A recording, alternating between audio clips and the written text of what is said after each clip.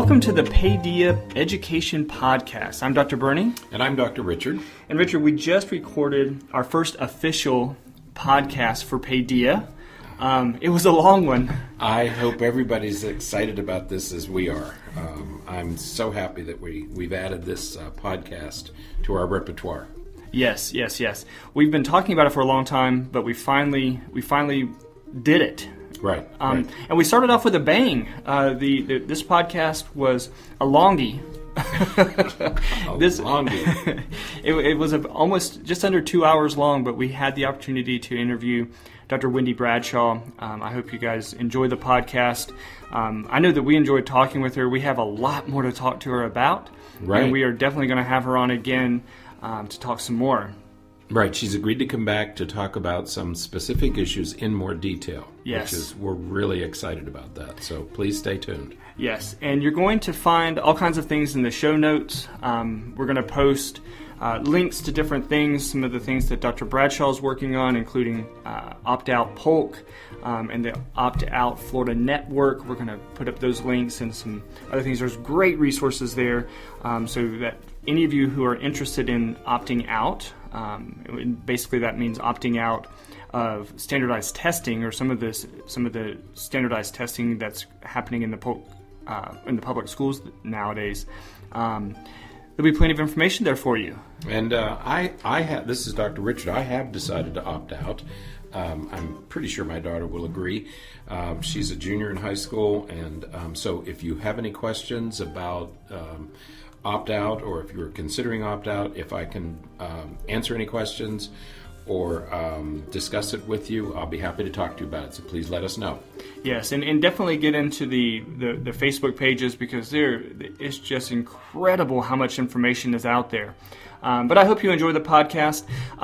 Other announcements, we have a couple of things happening in our practice coming this week. On Tuesday, November 10th, we are doing a free mental health workshop, or free mental health screener. The workshop is on Friday. Free mental health screener. So if you're interested in coming by the office at 5424 Strickland Avenue in Lakeland, you can stop by anytime between 8 o'clock in the morning and 5 o'clock in the afternoon and have a free 15 or 20 minute session with one of our professionals here and see if there's anything we can do to help out, anything that's going on that you just want to talk to somebody about. That would be great. Yeah, and I'm excited about that, because that's one way that we'd like to provide service to the community. That's a no-charge day, right? Right. Yeah, so this is giving back to the community. So we look forward to seeing if you'd like to come in and chat briefly. Please feel free. That'd be great. And on Friday, November 13th, we are doing a workshop. Our next workshop is Medication Myths and Misperceptions.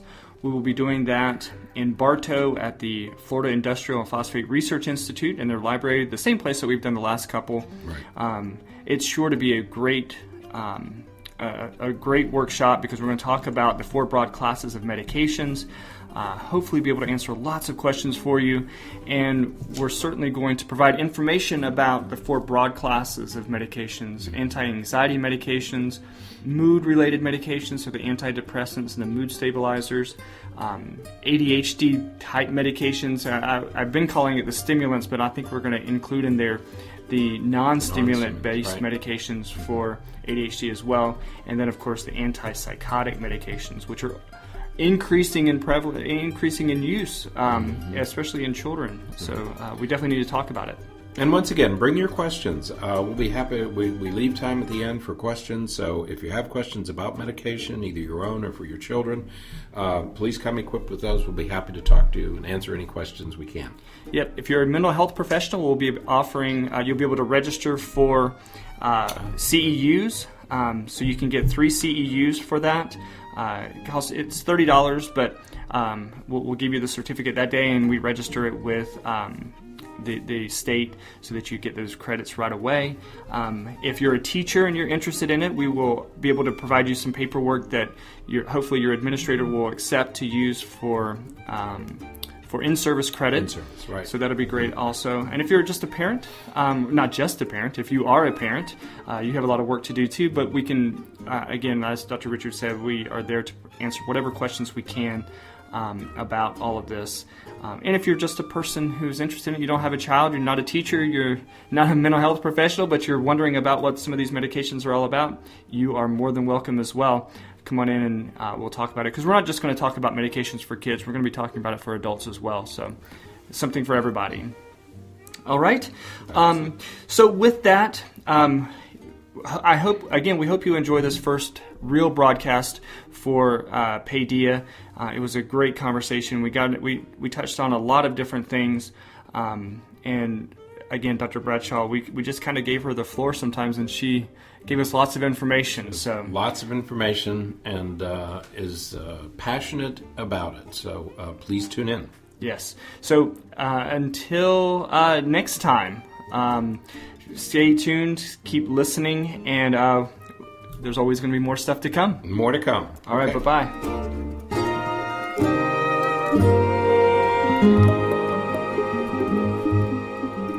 Welcome to the official episode 2 of Paedeia, the Paedeia Education Podcast. Now, for those of you who've listened to some of our previous podcasts, Dr. Richard and I do another podcast called The Mental Breakdown that we've been doing. We've done about 31 episodes now, and within the past couple weeks, we decided that we were going to split our work between mental health and education because we do a lot of education podcasts through The Mental Breakdown, and we figured that education needs its own special attention because there's so much to talk about that we could do a weekly podcast on education by itself. So this is our first official recording for Paedeia, and we are excited about this one because we have a guest with us today. Very excited about it, and we can't wait to get into the conversation. Hopefully there's plenty of you guys out there on Mixler listening so that you can join in on the conversation and be part of the talk. Oh, by the way, good morning, Richard. Good morning. Good morning. It's good to see you. It's good to see you. Good to be here on a Sunday morning. Good to be here. Only one more working day. How do they say that? One more work day before Monday? That's right. That's right. We just have to get through today, and then we can start the week over again. That's right. So today, again, today's an exciting day because we have Dr. Wendy Bradshaw with us today. For those of you who are either listening live or listening to the recording, Dr. Bradshaw has been all over the place. Yes. Ashton Kutcher posted my Not article. really? And everyone was like, wow, you've hit the big times now. And I was like, you have. well, I really hope he puts money into education because of this. Or that he comes to visit. Yes. Well, they just had a baby, so maybe he'll hire me. There you go. Wow. Ashton Kutcher. Well, so you've My been... My daughter would like that. That's right. My 20-year-old daughter would like for Ashton Kutcher to visit. But you've been on lots of different media. You've been asked to talk in a lot of different radio shows and news agencies and everything. So we're very happy that you accepted our invitation and that you're here today so that we can talk about this. And one of the things that I was thinking when we were putting this together is, a lot of times when you do some of these other talks, you sort of get a little bit of time and they kind of cut it up and put in different things, but we wanted to sort of open the floor so we have 3 hours that we could fill if we needed to. So that's how much time we can go on Mixer, but we can record even longer than that if we wanted to. So, all right. So yeah, we can just keep going and talk as much as we need to about this and get as much information out there to parents as we can. Yeah, well. Richard knows that I like to talk.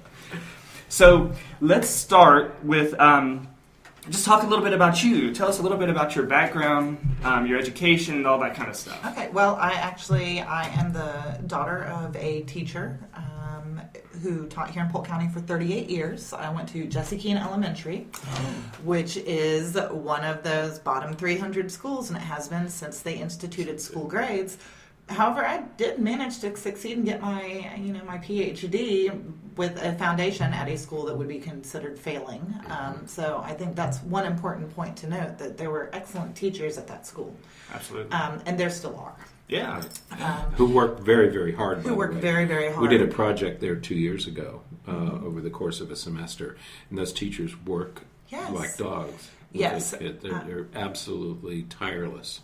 Right. Mm-hmm. So I think that's part of why I did this. Is I know that schools that are traditionally deemed to be failing have people working in them who are absolute masters of their craft and are doing everything they can for the children in those schools.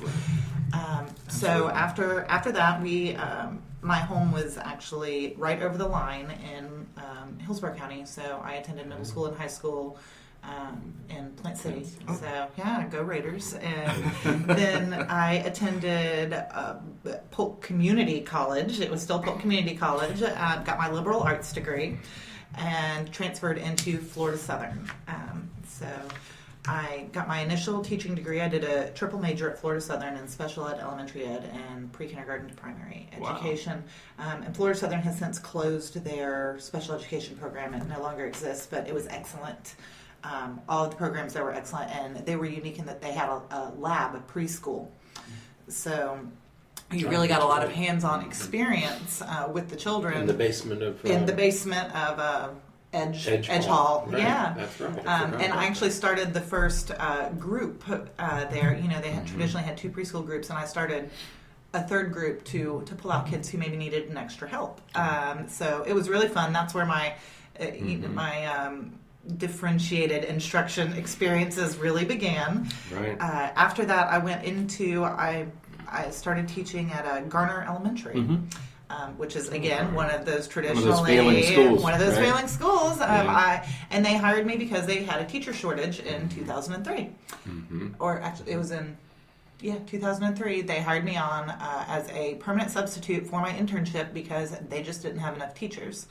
I started in pre-K ESE, and I had a wide variety of children in that class. Oh, you would have. Yes, and it was so much fun, and I had a little guy who was on the autism spectrum in that class, and I learned my first lesson about behavior management in that class, and that I thought that, you know, you put children in timeout when they misbehaved. So that's what we were taught. Right. So if he gave me trouble, I would put him in timeout, you know, go to timeout. And one day he was just very frustrated with me and very angry with me, and he looks at me, he goes, "Miss B, go to timeout." And I thought, you know, he was so angry at me, and he thought, I realized that what he thought was when I was mad at him, I sent him to the corner. Right. And that really shifted my thinking. So I finished that, went back to got a job at Medella Elementary. Right, there's a theme here. There is a theme, which is also an excellent school, and I taught children with emotional behavior disorders for my first year. And, you know, it's so I've gained, and there are defining moments in each of those classrooms that pushed me to get my master's degree in behavior disorders. And in that one, it was, I had a gentleman who was in 5th grade, and he was reading on a 2nd grade level, and he had a diagnosed learning disability, but he was sitting in my classroom for children with behavior disorders. And it was because, as I wrote in my letter, some kids would rather be the bad kid than the stupid kid. Exactly. He looked at me, he looked at me probably 3 weeks into the school year, and I had pulled out, you know, the reading materials on the 2nd grade level that we were supposed to give these students, and he looked at me and he goes, "I am so effing tired of reading Henry and Mudge." And, you know, and I looked at him, and the language came out of his mouth, but the underlying message was, why in the world would an 11-year-old boy want to read this cartoon story written for 7-year-olds? Right. So we went to the library, and we picked up books about motorcycles. And he gained over a year's worth of reading growth, but we've completely gone away from interest-based reading. We've decided to double down on this core curriculum and just push it into their head, and you know, that's anyways. So from there, I could tangent off in any of these places. I moved back into preschool ESE the year after that. The principal asked me to go there because they needed someone who had a degree in early childhood to bridge that gap between special education and early childhood, or that connection. And I started my master's degree that year in special education with a concentration in behavior disorders at USF. Yeah, at USF. And the next year, the county sent my unit to Wagner Elementary, which was a new school. So I just traveled with all of my things to Wagner Elementary because To Julie's school. To Julie's school, Right. and it wasn't Julie's school at the time. It was Debbie Edmondson's school at the time. Oh, did she open that school? Yes, she was okay. first principal, and Ann Willman was first vice principal, and they were It was the best school. So you had good.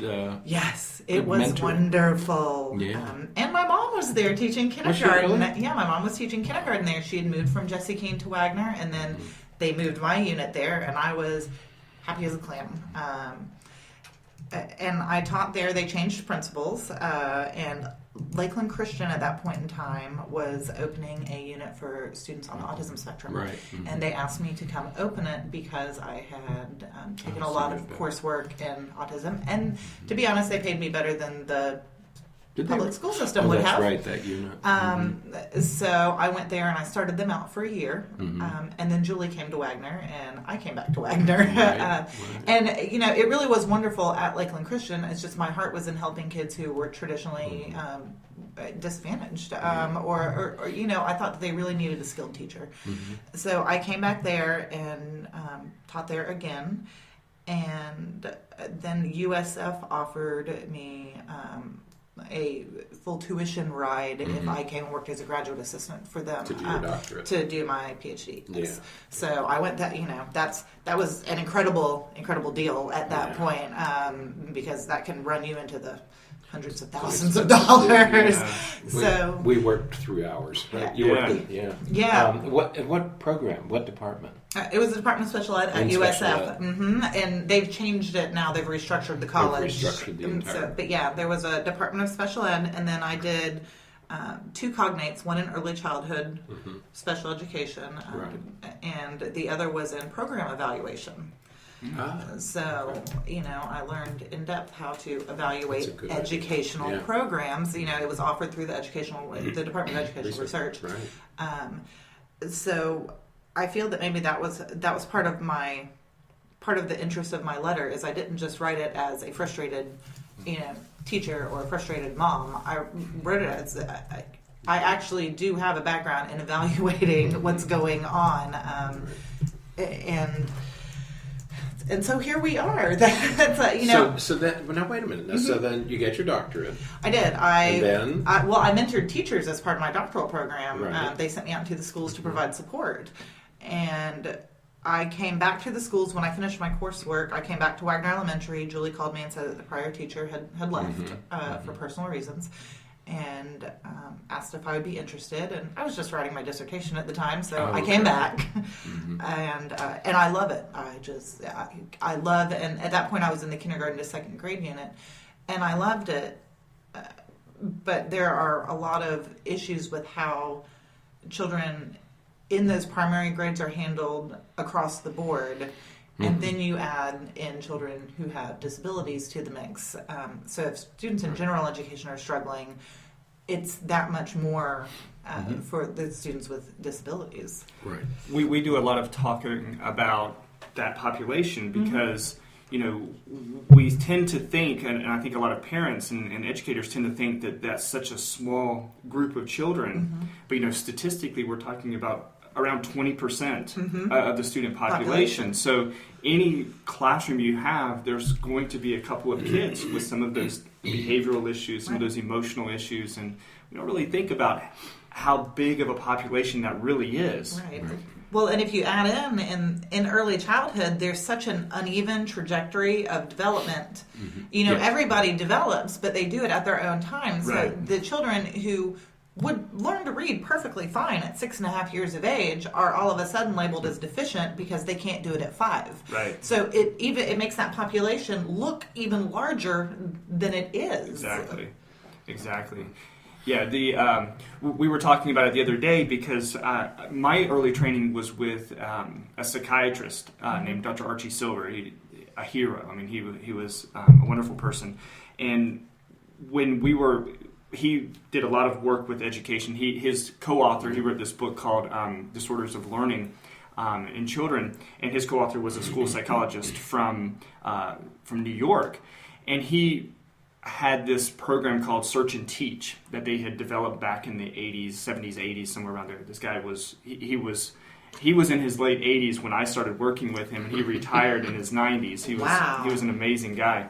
But it was always, circle, square, triangle, 3, 4, 5. So at 3 you should be drawing circles, at 4 you should be drawing squares, and at 5 you should be drawing triangles.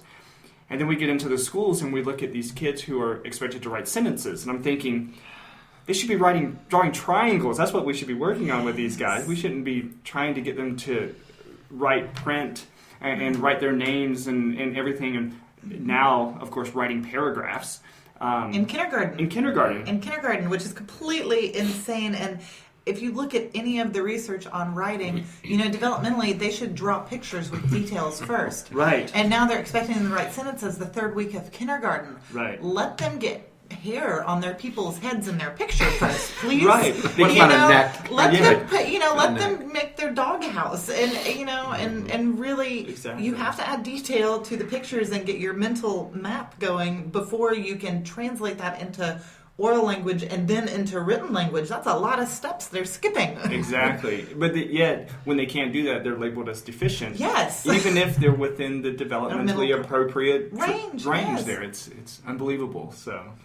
For our listeners who haven't heard about this drawing business, what we're talking about is we've spent about 70 years judging children's maturity based on the details that they put in a human figure at age 5. And now we're asking them to write a paragraph at age 5. And so we're talking about inappropriate expectations in preschoolers, but I think that would go across K-12. Yes. Okay, inappropriate expectations. Right. Yeah, we still have kids that are 5 and 6 years old drawing a circle with arms and legs coming off of the head, but yet we're trying to get them to draw sentences and write paragraphs, and it's... Which means that's how much brain development has occurred. It's going to happen, but it might not happen until they're 6 or 7 instead of 4 or 5. Well, and the way I explain it to some of my children with special needs are developmentally delayed, but they are developmentally delayed across all domains of their development. So they're developing the same way that typical children do. They're just developing a little slower. So, the way they get so stressed out because we put so much pressure on them, they need to read, they need to do math, they're going to do all those things. They're going to do it 2 years later than everybody, which may seem huge when your child's 7 and the other children are 5. Is it going to matter when your child is 27 and, When they're all 27, nobody will know who walked first. Yeah, exactly. Right? No one goes into college and said, well, I learned to read at 4 and a half, and that's important. We've put these huge expectations on the backs of small children that don't matter in the grand scheme of things. Exactly. Now, wait a minute. Finish your autobiography. Oh. So you went back to Wagner in preschool. Yes. No, I went back to Wagner and taught in the kindergarten, 1st and 2nd grade setting. Okay. And I taught in that unit for 2 years, and that was the past 2 years. And every time I went back, I think that I had a unique experience in that I would teach in the public school system, go do something else, come back, teach in the public school system, go do something else, come back. And every single time I came back, the expectations had been ratcheted up. And the only explanation for that is, well, it's what we're told to do. Right. Well, that infuriates me as someone who's based my professional practice in research. Right. Because it's what we're told to do has nothing to do with the research. And when I would come in and say, well, this isn't developmentally appropriate, here's what the research says. Well, but this is what the district told us to do. Right. And there's no way to fight back against that. You can't kick the can back up the bureaucratic street. Everything comes from the top down. There's no mechanism for affecting change from the bottom up. They simply don't listen. Right. That's you raised an issue here that maybe we should talk about later. It's what we were told to do by the administrators, who in turn were told by the Department of Education, who in turn were told by the legislators. Yes, who don't have a background in education. Who don't have a background in education. Well, this crazy new the teacher bonus program, which, Representative Fresen read a book on a plane and introduced this idea, and that was it. That was his entire, and he stands firm on his rationale that was good enough to put this in the law, even though there is so much research saying that standardized test scores have absolutely nothing to do with anything except how well you can take a standardized test. Right. So, well, I think there was another post on Facebook today about the use of behaviorism in school, and that we're treating our children sort of like we would train our animals, our dogs, and things like that. And we were talking about some things. And, I think that some of this is trying to do the same thing with teachers. Okay, so we want teachers to do better jobs, so we're going to offer them rewards if they meet these expectations. And a lot of times we just need to let teachers teach. Yes. Just let them do what they're good at doing, and the kids will turn out okay. And I think that's, we say that we value children learning to be intrinsically rewarded. And then we turn around and we introduce things like a value-added model, which says if you don't perform at this level, then you get the stick. If you can do this, you get the carrot. Well, it doesn't work in teaching because children are not widgets. You get all different types of children with different levels of experiences coming in. And what it's done is it's driven teachers who are motivated by extrinsic rewards into the schools that have children who can attain those expectations. So you're leaving, you can see where teacher shortages are. The teacher shortages occur first in the lower performing schools. Right. So you're taking the children who need the best teachers and you're creating a disincentive for teachers to work there. Right. Absolutely. And then you wonder why, and then you say, well, those schools are still failing. Well, yeah, they are, because you don't pay teachers more or give them incentives to work with the kids who need the most help. You punish them for working there. Well, and let's, this is on our agenda. This is much later. But, sorry. No, because this is something that we've talked about a lot of times, because we're not only doing that with teachers, but we're doing that with the students as well. Yes.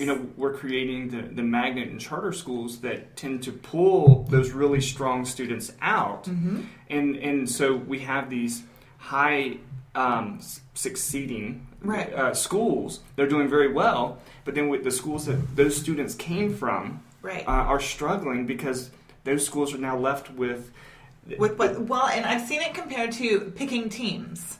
You have a two-tier system where the higher tier gets to pick their team for kickball, and everybody else is left. Right. And if those kids on the higher tier, on the high-performing team, start not performing so well, they can get kicked back out. Right. There's in special education, we hold one of the very, very largest precepts upon which special education is based is there's a zero reject policy, which means you cannot kick out students because they're not performing where you want them to. You can't just say, I give up on them. Right. But that's what we've done is we've created a system where you can come and have all the access to these great teachers and this great technology and these great experiences if you perform at our level. Mm-hmm. But if not, then you get to go back to level one. You go back to that to the Sandlot team. You go back. I have 1,000 questions for you. Sorry. I'll wait. Okay. So, well, and the other piece of that really troubles me is that when we do this with kids with disabilities, especially because we don't give them access as a whole to those tier ones, to the magnets and the charters. Those schools still get the education or get the money, the public education money, as if the children enroll. If they boot those kids back out to public education, that money doesn't come back to the to the tier one school. So, I'm really wondering why, if they're taking public funds and there's a federal law that says that there's a zero reject policy, why isn't there one in those schools that are getting that money? Right. So, different, we could do this for over 3 hours, guys. Any one of these topics. Any one of these things. Okay, so you would teach and then go do other things, and you would teach and go do other things? Yes. Like teaching or Well, they were all related to education, I would teach or mentor in higher education. I also, I served as an early interventionist, which means I worked with families who had or children with disabilities ages 0 to 3. Right. So I was with them before they entered the formal education system, and I would work in transitioning them, from early intervention, from early steps is what we call it in Florida, to the pre-K. Pre-K. And I think that was a great conversation because when you and I were talking before, I mentioned I think all three of us have roots in that because when I was with the University of South Florida in the College of Medicine, I had a joint appointment in the Department of Pediatrics and worked in early steps. Richard was one of the early. Do you remember the RPICC? Regional Perinatal Intensive Care Center program back in the 80s and early 90s. No. Yeah, Florida had the best infant development follow-up program in the nation. We were the envy of the entire country because we would pick up these children at birth and follow them until they went to kindergarten. And we would do periodic evaluations and provide services for them. There were about 8 or 9 centers throughout the state. Yes, and when you provide supports like that, look what can happen. And they do, and they're followed. We knew who these kids were, and we tracked them. Most of them were premature babies, and we tracked them till we handed them off to kindergarten. Yeah, well, and there's also a huge, there's a shortage there too. There are not enough therapists. There are not enough early interventionists. There's a huge shortage. There's not enough service coordinators. Absolutely. Well, it was tax cuts that yes. finally gutted the RPICC program, and then we became. You mean the lottery didn't fund it all the way? Well, you know how the lottery works. It's an exchange program. There's no net gain. Yeah. But that became early steps. That became early eventually, steps. Right. And they got as it got funding through Part C of the Individuals with Disability Education Act. Right. So we all kind of have that similar background, and I think that's what really attracted Richard and I to your story and everything because of that developmentally appropriate approach to what we're supposed to be doing with kids. Because we had that similar history and think that's just as important, I think, is. And the other similarity is you invoke your own child. Yes. And all of us are parents of school-age children. And that's what has gotten to me because I have made the decision that my daughter will take no more standardized tests. Right. And I made that decision as soon as my daughter was You made it born. earlier. Yes. You made it earlier than I did. But you have to, I don't believe in them, so I'm not going to let my daughter take them anymore. So I don't know where we're going to end up at the end of the year. Well, and I think that maybe the reason that this affects us so much is because we're parents and because we have that professional perspective. And a lot of people have one or the other. Right. But when you do both, I know that this isn't what's best. Right. And I wish that I could, make the change happen so that nobody's children had to go through it. But I can make sure mine doesn't. Right. Are you confident that there is a way to make this change happen? Yes, there is a way. Am I confident that it will happen? No. The Foundation for Florida's Future, Foundation for Excellence in Florida Education, that's Jeb Bush's baby. It's still very much in control of education. Is it? Yes. Yes, it is. Patricia Levesque spoke at the Board of Education meeting, and it's funny because everyone else who spoke, you were allotted 3 minutes. Everyone else got cut off at 3 minutes, and they said, you're done. They were going to let Patricia Levesque keep speaking indefinitely until the parents started to clamor that she was much past her time. It's very apparent that they're involved from very top levels in directing Florida's education system, and I don't feel like true change can happen until we're looking at real experts in education. We're involving universities who are doing the research. What a novel idea. When we're involving the professional organizations like NACI, who have, spent, they are developmentally appropriate practice.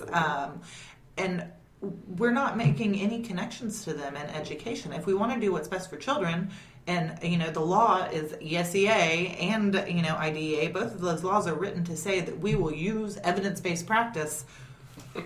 But nowhere can we find the evidence that they're using, and when we offer up as professionals, here's the evidence. Well, no, we're not going to use that. Right. So yes, it is completely possible to make the change. New York has the consortium schools, and there are, I think, either 22 or 26 of those. and they use a performance-based assessment model, and they have higher graduation rates, higher college enrollment rates than the rest of, than anywhere else. Why aren't we looking at their success and saying, well, there's your evidence, but there's a complete dismissal of things that work that aren't going to make other people money.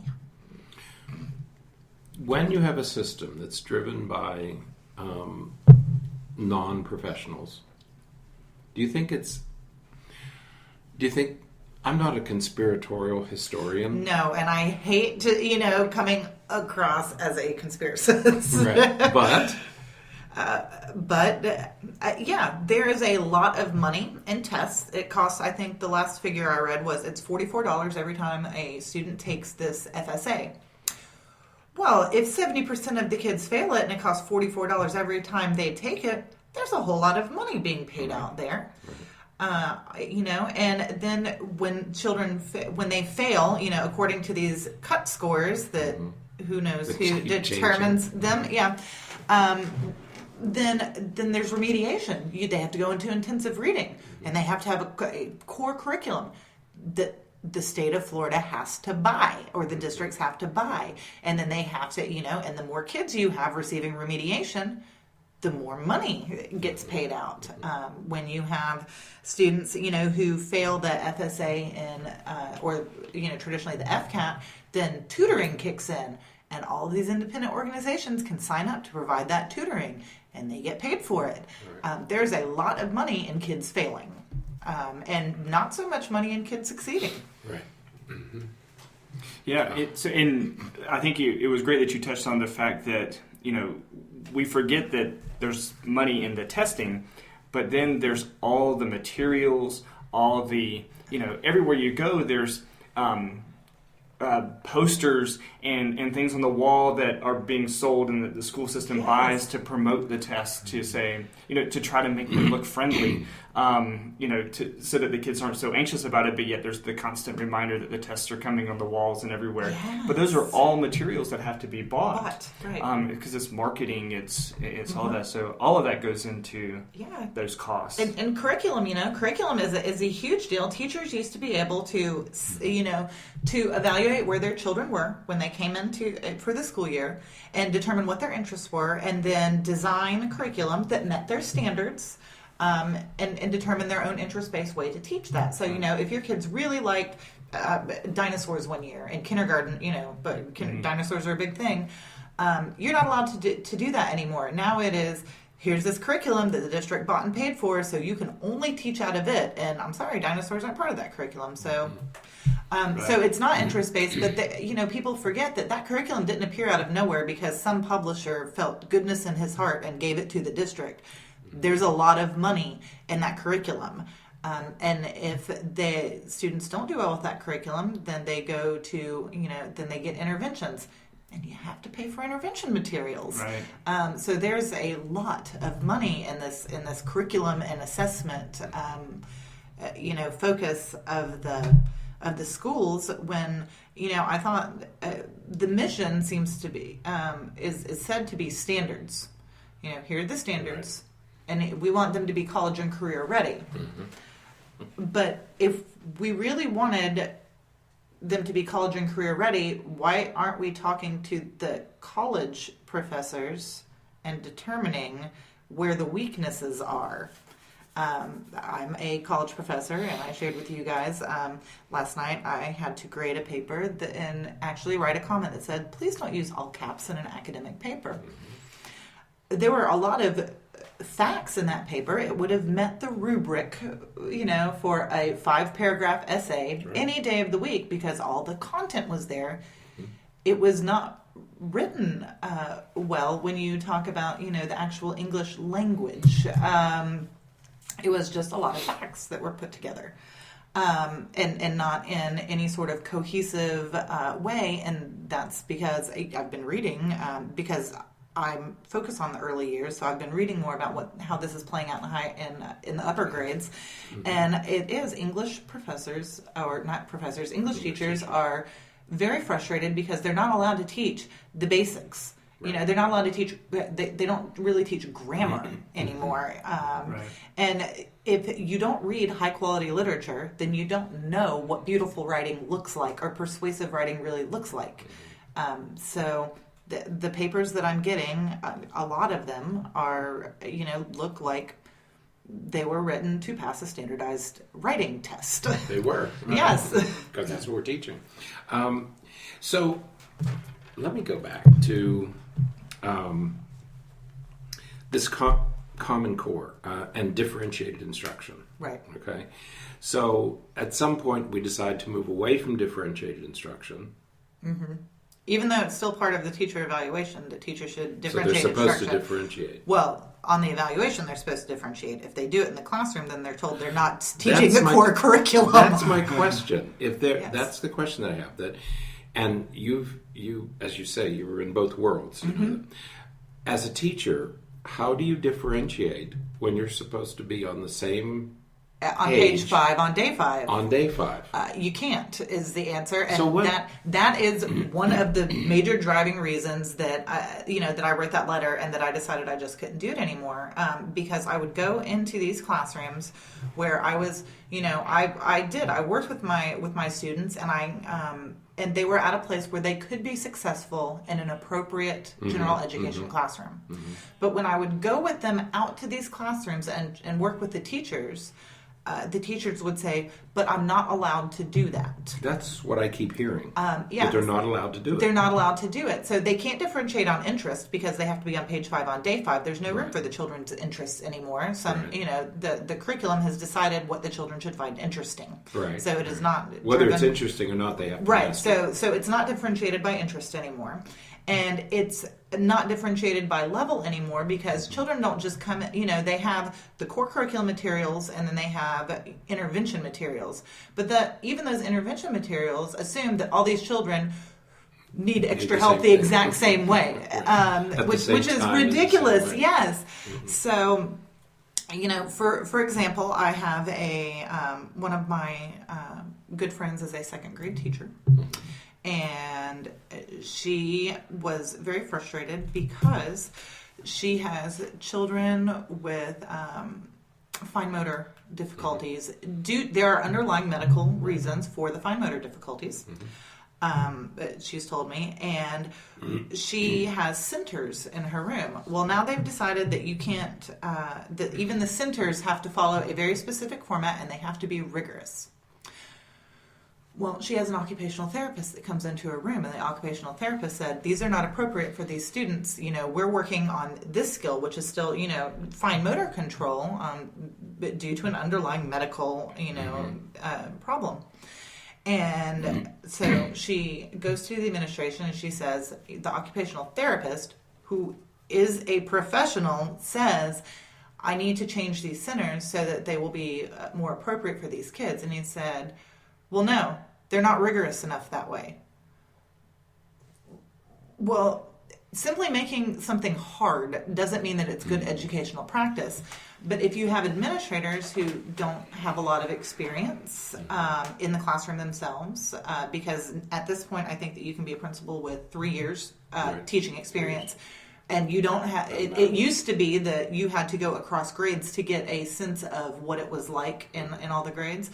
And if they don't have any sort of a background in ESE and they've only taken one ESE course ever, or two, ever in their whole career and never used those courses to actually work with children who have disabilities, then they have this disconnect from actual practice. Right. So the administrator said, is basically saying, well, I don't care what the expert in occupational therapy says. You can't change it because it won't be hard enough then. Because that's what rigorous means. It means hard. It means challenging, is what they would like you to believe. But if you have children at their frustration level all day long, they're not going to learn. You mentioned the zone of proximal development in your letter. Right. Mm-hmm. Yes, and I think that this all ties together with, something we were talking about earlier, and that's what we're doing is we're trying to push. Yes. We're trying to make things harder, as though harder makes it better. but we're not creating a firm foundation. Right. And so what's happening is we're pushing kids to do more and more stuff, but we're not building the basic skills that they need for that other stuff to be built on. Right. We're trying to teach them algebra before they know multiplication. Exactly. And it doesn't fit developmentally. Right. Well, no, they're doing timed addition and subtraction tests in kindergarten now. Really. You know, and how's that? We're still at a place where we should be at. See, and it's hard for me to do this without using professional terms. We should still be doing conservation. Right. You know, here where it's, you know, this group of 5 things in a bunch, and this group of 5 things in a line. That's still the same number of things. Right. One-to-one correspondence. One-to-one correspondence, exactly. You know, link that, you know, the 2 of this block makes 1 of this big block. And then when they get to fractions and a few grade levels up, we wonder why they absolutely can't grasp it. Well, it's because we didn't give them the foundation and experiences they needed to actually get that. Right. And there's almost like this sense now that if children are having fun, then it can't be good for them. Right, you know, right. It can't be academic enough. It can't be rigorous enough. Yeah. Right. So, but I mean, if you want to walk, do you really want to walk into a classroom and see 5-year-olds miserable? Mm-hmm. You know, what is so bad about children having fun while they're learning? Right. And I think that's a piece that I've heard over and over. You know, I keep getting messages from teachers, private messages mostly, because they're afraid of retribution. Yeah. Mm-hmm. They've been warned. Yeah. Yeah. And I'm sure at this point they've been warned not to talk to me. At least in Polk County. I want to read. That's right. That is a scarlet letter that you have, you know, tattooed up there. No, for the listeners who may not know this, teachers are essentially under a gag order. Yes. They are not permitted to discuss any of this. Even if they know what they're talking about, as you did, you're not to discuss this. No, you are not to discuss it. And if you say this isn't best practice and I don't want to do it this way, you know, you'll receive disciplinary action, Right. even if you give, you know, every valid reason possible Right. for why you don't want to do this. You know, because I've received a lot of messages from parents that say, well, why don't you just not do it? Well, how does that play out in every other job situation? Right. You know, it's insubordination, and you know, you'll be disciplined or fired for it. And there's no tenure in Florida. You can't speak your mind as a teacher. You'll just not get asked back the next year. You won't be hired. Well, and I think that this is a great place to, because we've alluded to it a few times. What really sort of propelled this whole thing was your letter of resignation that you posted on October 23rd, I think it was, on Facebook.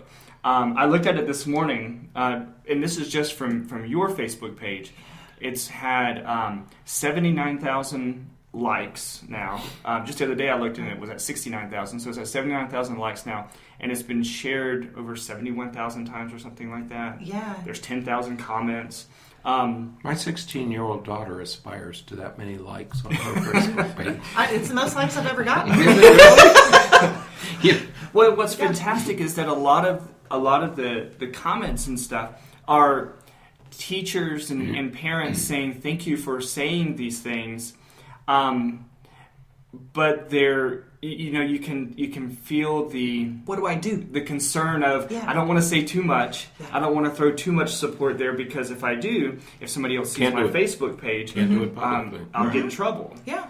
And it's sad, which is the most elementary word you can use. Right. But it's sad that adult professionals are in a situation where they can't express themselves for fear that expression, especially in education. I mean, education is supposed to be the medium where we challenge ideas, where we push ideas, where we push people to think about things differently. And here we are in a situation where we're forcing them to do the exact opposite. Yes. Well, and you know, I looked this up before I resigned, actually, because I love teaching. I love teaching, despite the fact that as with 7 years of experience in Polk County schools and a doctorate, I made $45,000 a year.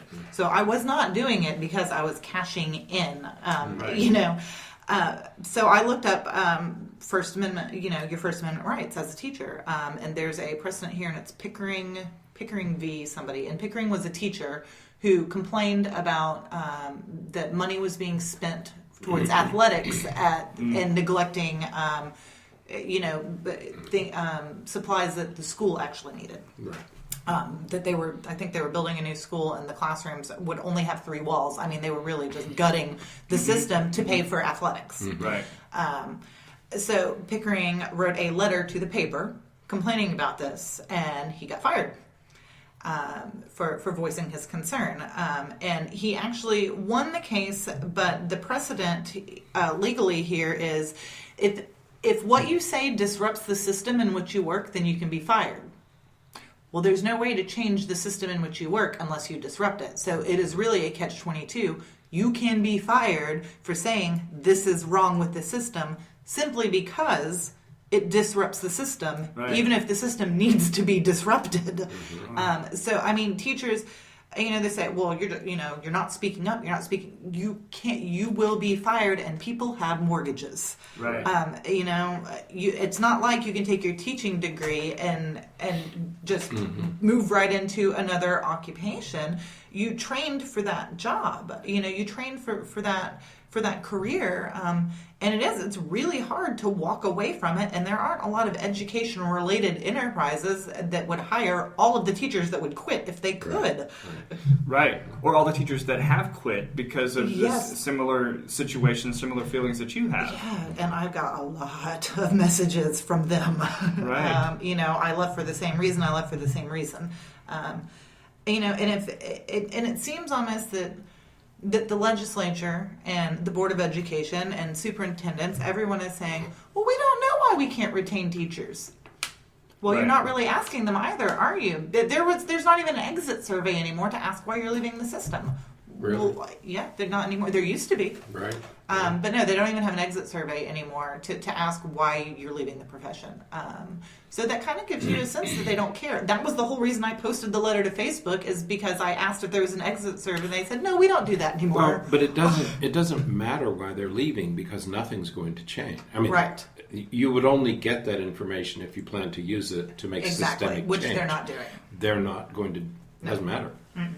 Because Common Core is here, standardized testing is here, because the rules are being made by legislators. Right. And passed out. Back to Jeb Bush. Yes. I'm sorry. Jeb. I'm sorry. Jeb, exclamation. Yes. Pam Stewart. Yes. Was she trained by Jeb Bush, or?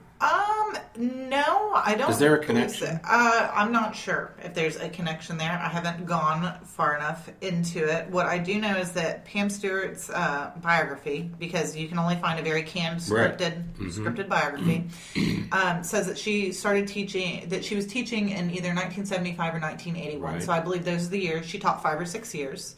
And then she moved into a guidance counselor position, and then she moved into administration. So she taught for 5 years in the 70s. Right. And now she is the Commissioner of Education. Because she is a zealot when it comes to reform. The kind of educational reforms we're complaining about or we're concerned about. She is holding the line. Yeah. And well, I think I would appreciate her perspective more if she had a background in educational measurement. But, when you have people who do have backgrounds in psychology and educational measurement, pediatricians, you have people with doctoral degrees who have had to go through extensive training in measurement, and they're saying you should not use tests this way. You should not use tests this way. You should not use these standardized tests this way. The cut scores are arbitrary. All of these complaints. The superintendents of Florida all got together, which is unheard of, to issue a statement that they had no confidence in these tests. And she's holding the line. And she turned around and said, we're going to use them anyway. Yeah, they are we don't valid. Care. Yeah, they are valid. She said that. Yes, and if you look at this validity study, I don't have a degree in educational measurement. I took a few college statistics, doctoral level statistics courses and research measurement, and I can tell you that is not a validity study. If I had turned in something like that and said it was a validity study, I would have failed. So what are we doing when we hold this paper up and say this is a validity study, and the whole professional establishment goes, no, it's not. And she said, well, too bad it is. I said it is. But we still consider these valid tests. Yeah, and then they expect us to have confidence that the Board of Education is doing things with the best interest of the children at heart. And it's very clear that is not the case, which is, I think, why there's been so much backlash, and there's the opt-out movement is booming in New York, and it's also the numbers are growing substantially here in Florida. And in other places, some places have already scrapped their tests because, or Colorado wrote into law that parents can opt out. Yes. Because parents are clamoring now and for change, which I think is the only way to really get anything changed. Right. Mm-hmm. It's going to require civil disobedience because these are mandated. Yes. I mean, Pam Stewart reminded everybody of that in her letter to Don Gates. Well, she reminded you that every child has every test. Right. What she's failing to mention is that you can't make children answer test questions. Right. And you can't make them do their best or answer them right. You can't get in their heads. So, yes, your child can sit for that test. They don't have to answer the questions. Right. They don't have to give that data up. And I think that's another thing that's been glossed over, and it kind of seems like a conspiracy theory, is this idea that children's data is being collected.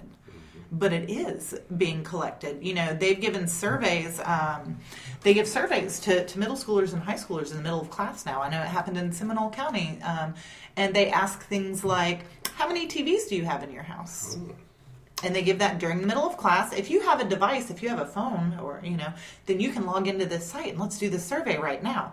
They're not asking parent permission to give that survey. They don't tell parents when these tests are occurring or what demographic data they're collecting on the children. I really think that's problematic that parents aren't being informed that these questions are being asked, because I don't want my child answering a question that says, how many TVs do you have in your house? And that just happened just a week or so ago in Seminole County. And the only reason we know is because a mother who is very strong in the opt-out movement, her son texted her during class and said, can I answer this? And she said, no, you can't. Wow. So these things are happening. Last year, Polk County gave a test to, one of the tests was given to the elementary age students, and their student number was their social security number. And it was printed right on the top of every test. What does that tell you about their sense of test security? Or really them looking at what data needs to be protected if they're just going to put social security numbers on the top of every test. I forgot about that. Yeah. Well, and it's interesting. This kind of interests a little bit outside of education, but they're doing these surveys and asking those kinds of questions when a year or two ago there was this huge uproar here in Florida that ended up becoming state law, where pediatricians can't ask if there are guns in the house. Right. But yet in schools we can ask how many TVs do you have, and I'm sure that they can ask them any other question that they want, and that's just fine. Yeah. Mm-hmm. Yeah. What does your mom do for a living? What does your dad do? And, on the surface, they sound kind of like harmless questions until you realize they're trying to get at how much money you have. Right. And there are very specific reasons that people want to know how much money you have. Right. Yeah, I think that that post or that interview that Diane Ravitch did back in February is kind of making its way through Facebook again. She mentioned that, I think it was in that interview, she mentioned that, really the best correlate to educational test scores is income, family income. Those who have the higher income perform better. Those with lower income perform more poorly. It's very consistent through all the literature. Yeah. The best predictor is income. Exactly. So school grades tell you how big the houses are of the students who attend that school, basically. Right. Yeah. Right.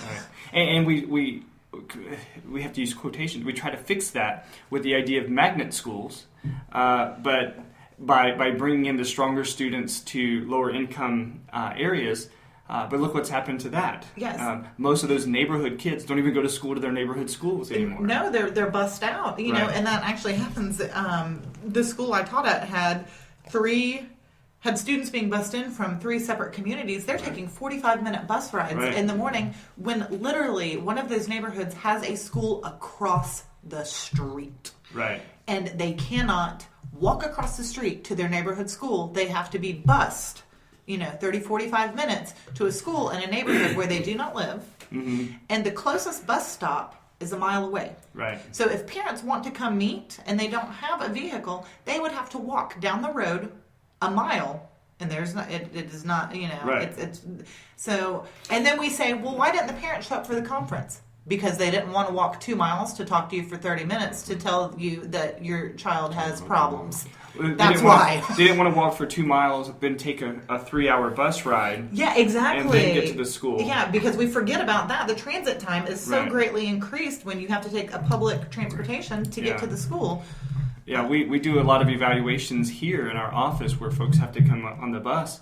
And, they'll have a 9 o'clock appointment, but if they miss the 7 o'clock bus, they can't get here. They call them, they can't make it on time. So it's... And they get off on the Bartow Highway. Right. So they have about a half a mile and or they more have to walk, here. So it's hugely problematic that we haven't thought about these things. Right. Or we've thought about them and just don't care. It's one of the two. And not to mention, especially here in Lakeland, in our area, there are days that the buses don't run. The city buses don't run on holidays. So there are national holidays where the schools are still in, but the buses don't run. Right. So how do you get there when the buses aren't running? Right. If you don't have other vehicles. Or they'll have parent nights. They'll say, well, why didn't you come to parent night? Well, because if I came to parent night and it ends at 7 or 8 o'clock, then my child's not going to get to bed at the time you think they should be in bed, so they'll be ready for school tomorrow. Right. And it's just things like that. We accuse parents in lower income neighborhoods of not being interested, but we don't really provide that much of a bridge for them to be able to participate. Yeah. When I was at the University of South Florida working with the psychiatrist I mentioned earlier, we had a program, I think we just called it the special education program, but we would, as a division within the Department of Psychiatry, we would go to schools and we would bring psychiatrists with us, and we would see children at the schools, and we would consult with the teachers and do classroom observations and everything as part of a grant that we would get. And there was this one school that I worked with over there, it was over in Hillsborough County, where if the psychiatrist was there to see a student and either the student wasn't there or the parents couldn't make it in, the social worker would leave school, go to the home and pick them up and bring them back to school, so that the parents could be involved. But the parents would call and say, hey, I can't make it there. Is there any way that I can get a ride? And the social worker would go pick them up. And, it's one of those things where it's like, okay, that's the way that it's supposed to work. Right. We're to be part of the community. Right. And we're supposed to make sure that the parents and the kids have every opportunity to succeed that we can provide them. Right. Well, and I think part of this too is if you look at those magnet schools or these schools who have been turned into magnet schools, a lot of them, most of them, are in low-income neighborhoods. So we're not taking schools in wealthy places because their grades were fine anyway. Right. We're doing this disproportionately to people in low-income neighborhoods, and we're destroying their communities. Right. Or we're disconnecting their communities from their children's education. Right. Yeah, I was going to ask you, this child who doesn't attend his local school, lives across the street but doesn't go there. Why can't he go to that school? Well, you have to apply. There's a lottery. It's a magnet school. Yes, it's magnet school. Okay. So now that we're talking about magnet schools. All right, here we go. Well, the 3-tier system that we're creating.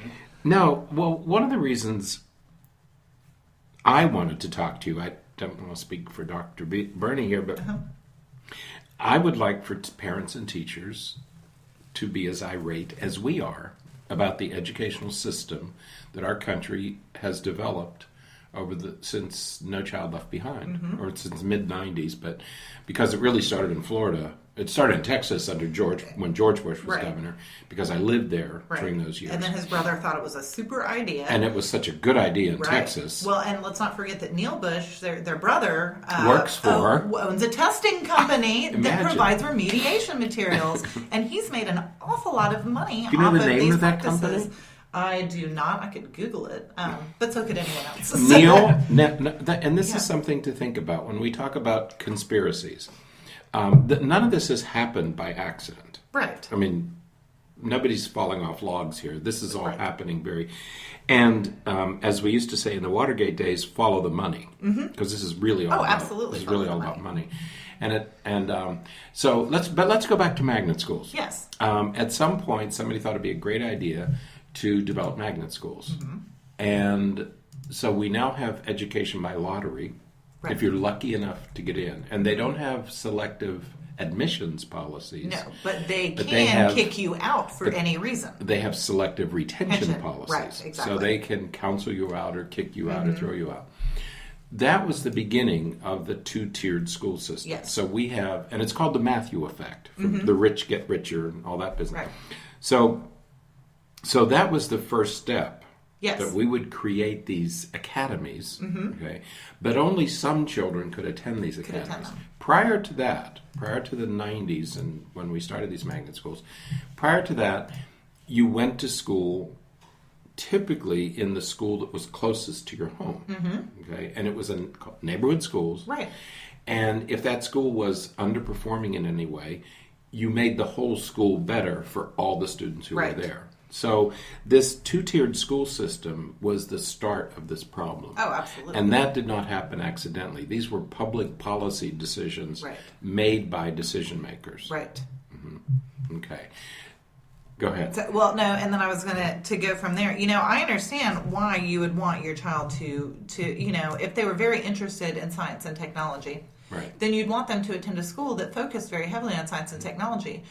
The problem is that now that we're under this Common Core curriculum, Right. those schools aren't, they still would like to have that as a focus, but it's not nearly as big of a focus as it was touted to be when these were first created. Right. They still have their mandated 90-minute reading block with the curriculum that the county has chosen. And then we look at charters.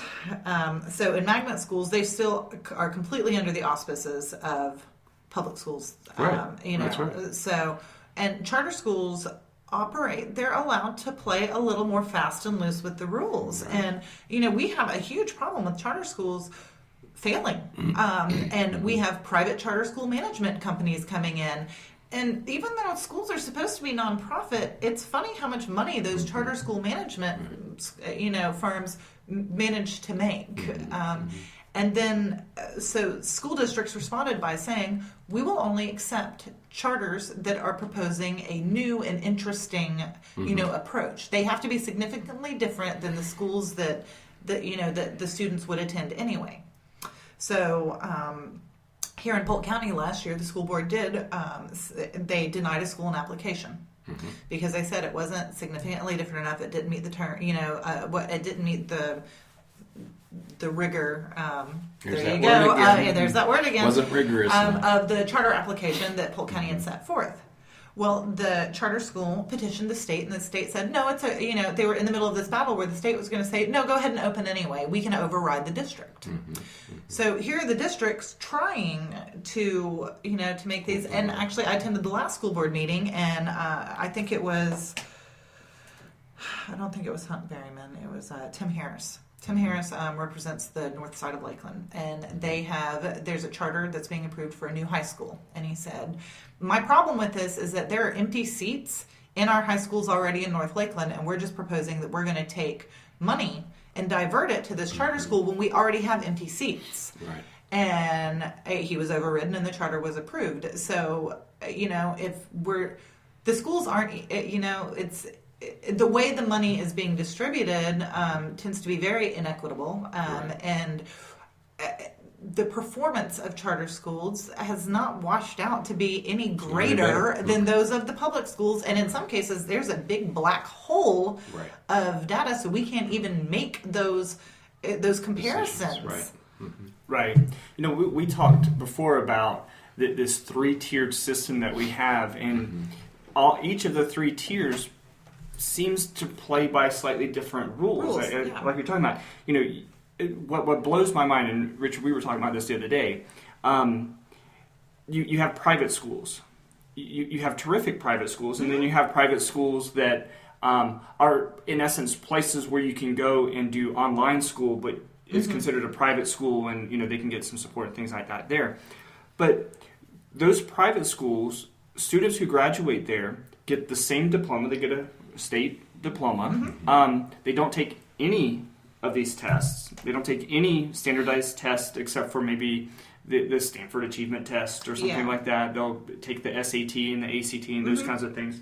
But they don't take the FSA. They don't take end-of-year exams, end-of-course exams, or anything like that. Well, they get to choose the measure that they think is best for their population. Exactly. But yet they get the same diploma. And I imagine these kids who, you're frustrated in the public school system. If you have the money, you can go to these private schools and you can avoid all those tests. All those requirements. So you have that tier, and then you have the tier that we're just talking about, the charter schools and things like that play by a slightly different set of rules. And I even throw magnet schools in there, because magnet schools and charter schools, they have the opportunity to choose their students. What they say, they don't really have an opportunity to choose their students. They'll let a student in, but if you don't meet the expectations, they'll ask you to leave. Right. And so, in essence, they get to choose their students as long as the students they want apply. Right. And then you have the regular schools. And each of those 3 layers, you can see the different rules that they play by. You can see the differences in the education that the students receive. And again, we tend to fault teachers for those differences. We tend to, come down on the parents because the parents aren't involved enough, as you were saying earlier. And we're completely ignoring the idea that we have 3 different sets of rules that we're going by. Right. Well, and I think that's where there's, there's such a big conversation going about accountability. Teachers need to be accountable, schools need to be accountable, parents need to be accountable, students need to be accountable. Where's the accountability for the people who are making these rules? Right. Where's the accountability for the test makers? Because we can't. And I think one of my biggest problems is that as a parent, if I let my child participate in the standardized tests that they want, I don't have a real validity study. I have what they call a validity study. I can't see any of the test items, which I understand if you've gone through a rigorous norming process, which they didn't. How it would be difficult to recreate questions year after year. But this is supposed to be a curriculum-based assessment, which means you should be able to draw from potentially a very large pool of curriculum questions to determine whether or not the students know the material. You're telling me that I can't see any of them, and then when questions do get out, there are egregious errors in these questions, and you're telling me the teachers aren't supposed to look over the kids' shoulders and see what the questions look like. And parents can't see the questions because of test security. So who actually gets to determine if these test questions are even measuring what they're supposed to be measuring? If I can't see what you are putting in front of my child, she's not doing it. We've never been able to do that. I was in Texas when when their state test came out. I was in Florida in 2001 when the FCAT was young. And we have never been allowed to look at questions. We've never been allowed to do any independent analyses. Yeah, and I'm not saying that it should just be open for everyone to look at, but I say that there should be a panel of experts to determine in each state. Bound to secrecy, do whatever they have to do. If and that really bothers me as a parent. I'm responsible for my daughter. And if I can't see that what is happening is a fair measure, then I'm not going to let her participate in it. That was exactly what my decision was. Yeah. I don't have any assurance that these are valid tests. Right. And I am not going to allow I am not going to subject my daughter Right. to a test until I know. That's my parent. That's my responsibility as a parent. I wouldn't let her get a medical procedure that wouldn't work. Exactly. Well, and that wasn't based in research that you could show me, and that had been, and had been through clinical trials. Independent of the manufacturers. Exactly. Right. And it goes back to what you were saying earlier about how the state has said that these are valid tests. And, my son, he's in 9th grade this year, but he took geometry last year, and he took the geometry EOC, and the geometry end of course exam. And when he came home after the first day, he was like, it was pretty good, it wasn't too bad. Right. I knew most of the stuff. I feel like I did pretty good. The second day he goes for testing, because of course it takes 2 days to do the test. The second day he comes home and he goes, I have no idea what was on the test today. I don't understand anything. And of course it comes out a little bit later that, we have to throw that entire day out because it was actually trigonometry that we had on the test instead of geometry. Right. Don't you think they should have caught that before they administered it to an entire state worth of students? Exactly. My daughter said the same thing. She said the first day it was fun. Second day she said nobody had any idea what we were doing. Right. Well, and I've heard exactly the same thing about the Algebra 2 exam, that there were other, and I guess it's the way you look at the tests. Some tests are made to determine, where they are within a broad range of skills. Right. What we are talking about is a standards-based assessment, which should measure if they learn the standards that are present in that course, which means there should not be trigonometry on an algebra, or on a geometry exam. There should not be, because those are not the standards that were measured. There was never any sort of analysis. They didn't even look at in their validity study the Algebra 2 exam. Now, if we are so sure that Algebra 2 is a skill necessary for students who are going into the STEM field, but they didn't consider it at all necessary to even look at the questions on that exam, and it was not field tested in Utah either. We don't know what was on that exam. And, there have been parents who testified that their children came home and said, I don't know what that was, but it was not Algebra 2. That was, and these are students who have an A in the class. They're not poor performers. 85% of African American children who took the Algebra 2 exam, failed it. Right. And they didn't think that was enough of a red flag. That only 15% of African American children pass this test. They didn't think that was enough of a red flag to deserve a review. They just expect us to accept that that's a valid number. And this is the same test that was deemed to be valid. And they didn't even look at all of the tests that were included under this umbrella.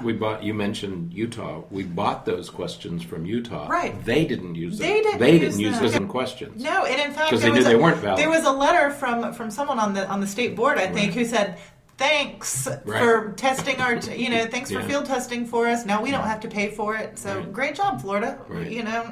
Now we know it. Now we're sure it doesn't work. Yeah. No, except in Florida where we say it worked, yeah. even though it didn't. So we're hoping that as you're listening to us, that you're getting as agitated as we are about all of this. So what do we do about it? What do we do about it?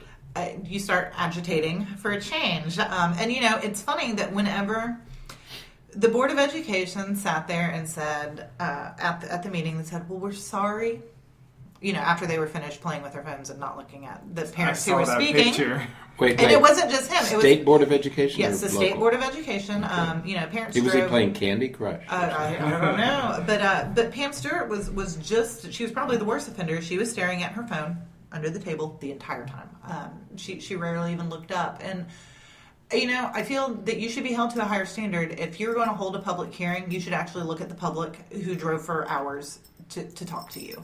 And not just look up when the business interests speak. It's in very, very poor form at the very least. I just don't think they care. They don't. I think and they're they've made that very clear. continue doing what they're doing.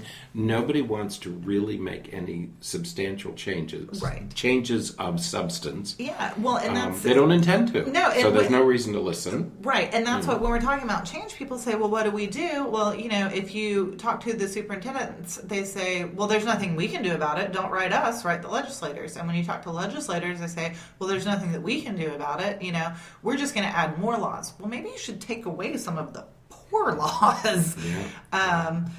So now there's actually they're punting around a bill that would divide up the school boards further. Right. So, and it's actually, they say that it's going to increase local control, but actually it's just going to divide even further. Right. Mm-hmm.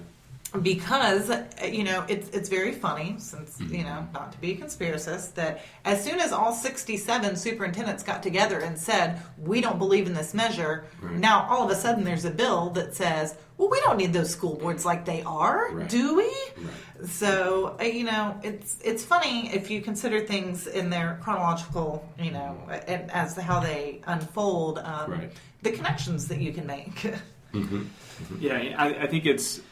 At some point, we or someone needs to go in and really look at where all of these dots connect and lead to, because clearly somebody has some control over some of this. Yes. I mean, the legislators can't say, well, this is just the way that it is, and the school board can't just say, well, this is just the way that it is. Right. And I think it's just going to take a deluge on the part of parents, writing and calling, and, honestly... I advocate for opting out. It's within the law. You're doing it in a very legal way. But if they don't have data, then they can't do anything with it. You can't do something with what you don't have.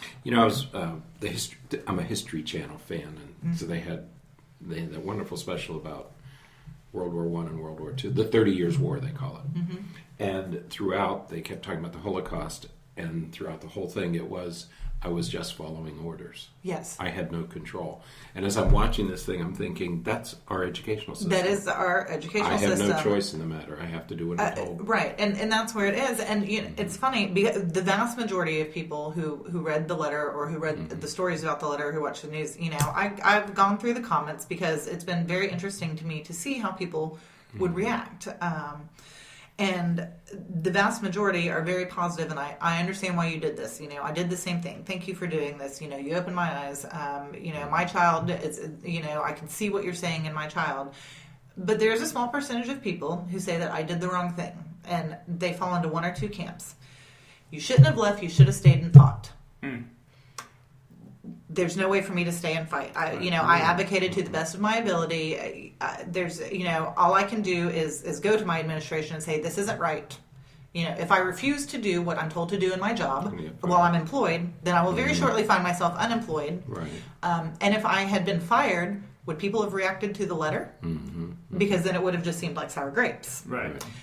The other camp says, well, you should have quit sooner. You only quit because you had a baby. Really? Yeah. I thought about that. Yeah. So people actually said that. And my response is, well, the school system has been following along this trajectory for years, and I've stuck with them, and I've tried so hard to work within the system.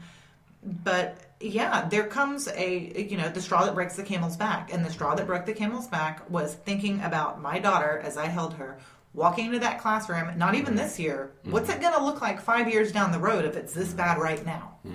And realizing that if I kept participating in this system, when I didn't have to, then I was enabling it to go on. And, I realized that people, they have to pay their mortgages. I'm very grateful for teachers who try to shield the students from what's happening and try to do the best they can for students within this system.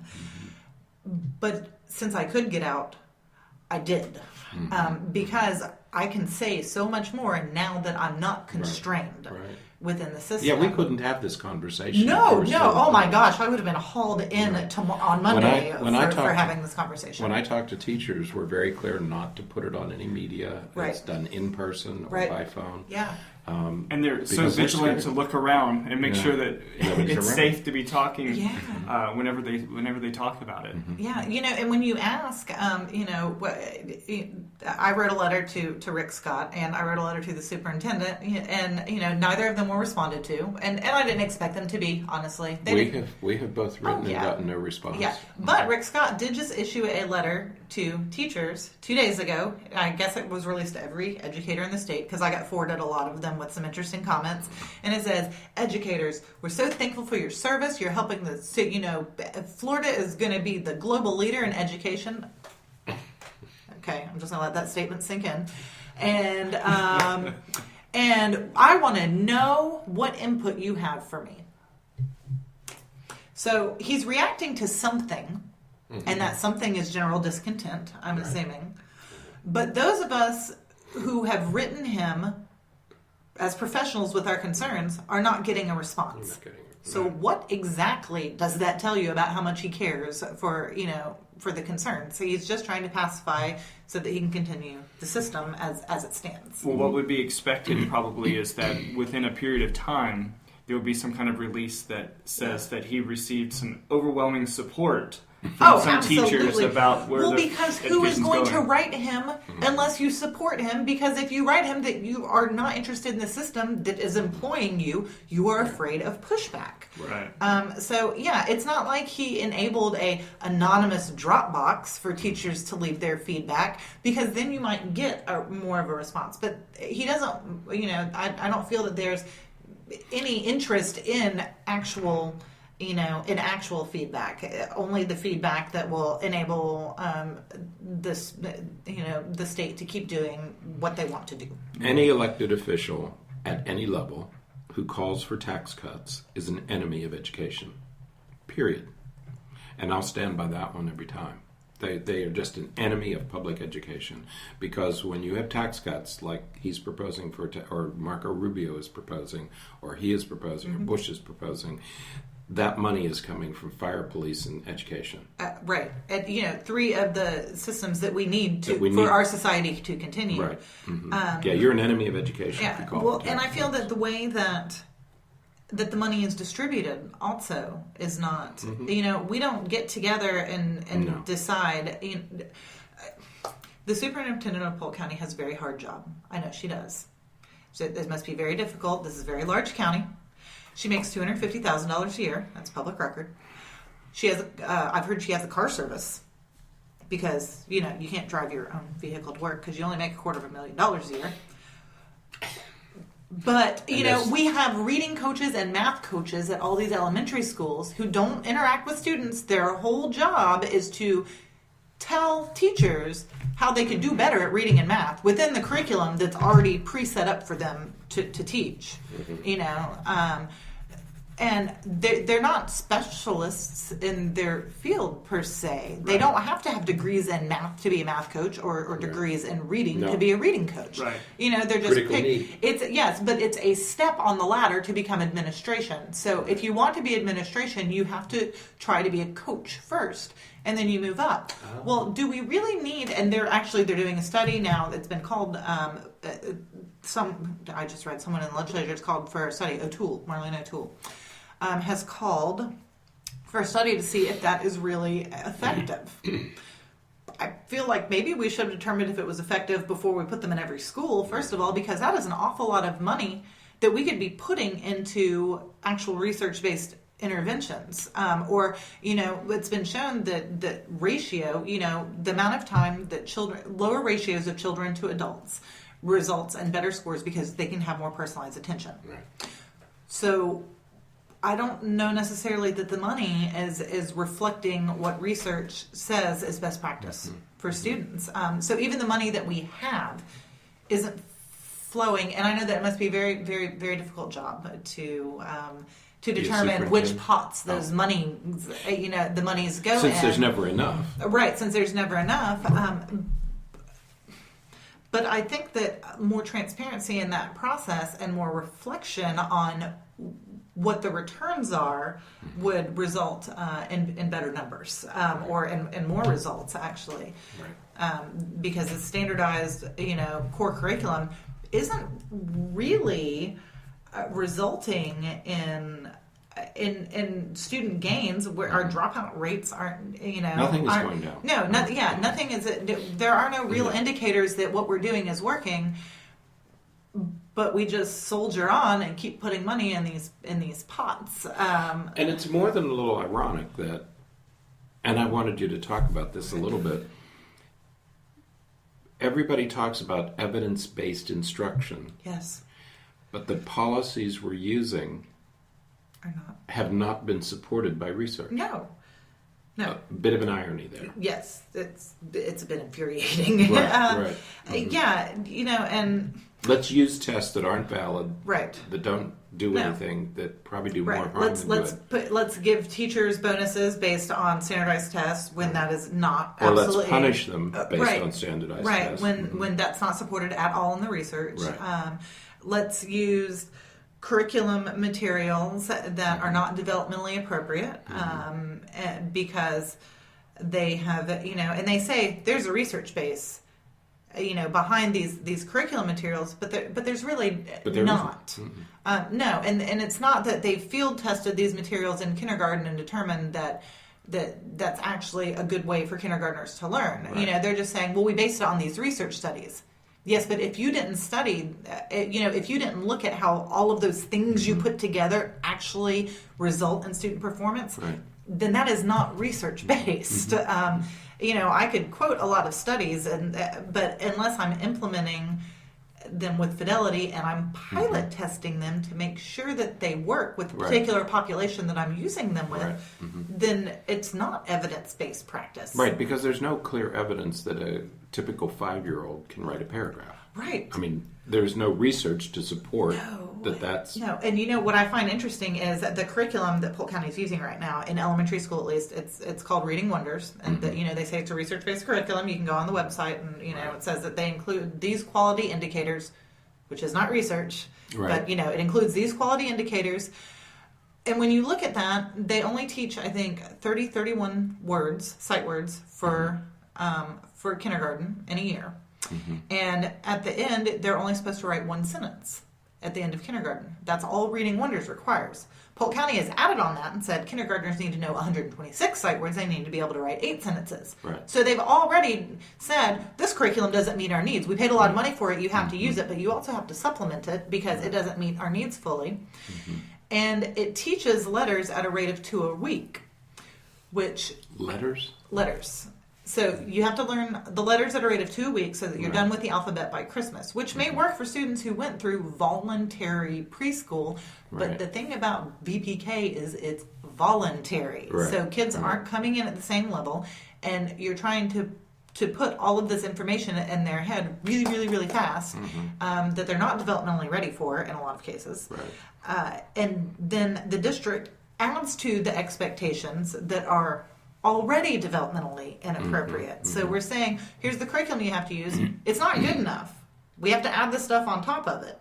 But you still, there's all these mixed messages coming through, and when teachers say, this isn't, the kids find these stories boring, or they're not appropriate, or they're too hard, they say, well, you just need to teach more rigorously. More rigor. How exactly do you do that? This is a curriculum that you taught. Yes, this is a curriculum. This is the one that you taught. Well, because it's an expectation that if you have children with disabilities, they have to use the regular curriculum materials because that's what they've determined is access to the general curriculum is using the exact same materials. Right. And they have an intervention series, which is... The same company? Right, which is the same company. Same reading program. Same reading program, and they consider it an intervention series, but it doesn't meet the needs of students who need interventions. Right. It's only written at a slightly below level. It does nothing for... But that would be a good tier 2, and they could say this is tier 2 intervention. Well, in my professional opinion, it is not good tier 2 intervention. No, I mean the company would say that. Oh, yeah, the company would say it. Right, the people producing materials would say, well, if they can't handle this, then put them into this program, which would be tier 2. Well, and it's on top of the regular... Right. But there's no sense of how teachers can actually do all of that in the school day time that's allotted to them, and keep an eye on all of the other students and keep them learning at the same time. But yeah, they provide the intervention materials, but they're not. I don't see them as being being intensive enough or adaptive enough to meet the needs. Or differentiated enough, right. And I remember the days when... Were you in the public schools when we bought Fast Forward? I don't even want to talk about Fast Forward. No, because that was one of those examples of everybody gets the same intervention. Thing, right. It's not that it's a bad program. And the kids hated it. Do they? Well, a lot of them did. Could you use that at kindergarten level? I don't think we did use it kindergarten level. They started it in first grade, but that was the thing, is you just stuck a kid on a computer in front of every kid got the same. And every kid got the same thing. But that's still going on. They have, and if we talked about RTI, Response to Intervention is this program that came out of, I think it's the Vanderbilt, the Fuchs, Doug and Lynn Fuchs, were actually, behind the whole response to intervention academics push. Right. And they said everyone should receive this core, high quality instruction, which is good in theory. It's good. It's a good aim. And then if students are still struggling with that, then we're going to move them up and we're going to give them interventions, and we're going to call that Tier 2, and that should be 15 to 20% of kids should get these Tier 2 interventions. And then if they don't do well enough with that, if they're still struggling, then we'll move them to Tier 3, which is even more intensive interventions. But you're still getting Tier 1 and Tier 2 when you're in Tier 3. And then, the way it's been implemented, either from Tier 3 you are tested for special education services, or some people consider Tier 3 special education services. So, that has been... Is it or isn't it? Is it or isn't it? Right. But what they found is there are some studies coming out that say that RTI is not effective in large scale at improving student performance or at remediating deficits, however you want to look at it, and getting children on level. Is this when the Fuchs put up their hands and said, this is not what we had in mind? Right. Okay. Right. And this is very new. I just read We this. need to talk about that. Yes, we will. But I think part of that is that RTI, the way it was written, and there was a big RTI initiative at the University of South Florida while I was attending for my doctoral program. So, yes. So there still is. Yeah, there still is. But I think some of my colleagues are on that project, and what they've become very frustrated with is the fact that they go out into the school system and RTI is not implemented as it was designed. They have you'll have an RTI handbook, and it'll say, okay, they are below level in reading. So here are 3 interventions you can use. Well, one's letter naming fluency, which is how fast you can say the letters and the sounds. One is nonsense word fluency, which is how fast you can sound out words that don't make sense, which was part of the Dibbles program, which has since been discredited. But we're still using, interventions and strategies that aren't really supported by research. And then we say, well, RTI is not working. No, it's not that RTI isn't working. It's a great approach if you do it right. But, when you put things through a large scale, things that were initially done on a small scale into a large scale bureaucracy, they get diluted. They're not implemented with fidelity. If a lot of times the paraprofessionals who are wonderful, they work for pennies. They pull groups to implement these interventions, but they haven't been trained to administer interventions. They're not given materials, that are adequate. They're not trained in data collection, and if they're absent, then the students don't get the intervention. So it's not being given at the appropriate intensity, duration. It's everything you look at as a researcher isn't being done, and everyone throws their hands up and says, well, it just didn't work. Well, then we need to get into why it didn't work. And I think that's the disconnect in education, is every 10 years or so we throw up our hands and say, well, that didn't work. But we never look into why and fix those core problems. We just move on to the next thing and throw out the baby with the bathwater. I'm glad you mentioned that, because we have such that is such our tendency in education, because again, trained as school psychologists, we and neuropsychologists, we appreciate the importance of standardized of testing for looking at educational but also cognitive and cognitive processing, intelligence, and those kinds of things. And this entire process threw that out and says, well, okay, that's not important. Let's do RTI. And some of us have been yelling that there's a place for both. Yes. We can do both, and they can complement each other in a very effective and important way.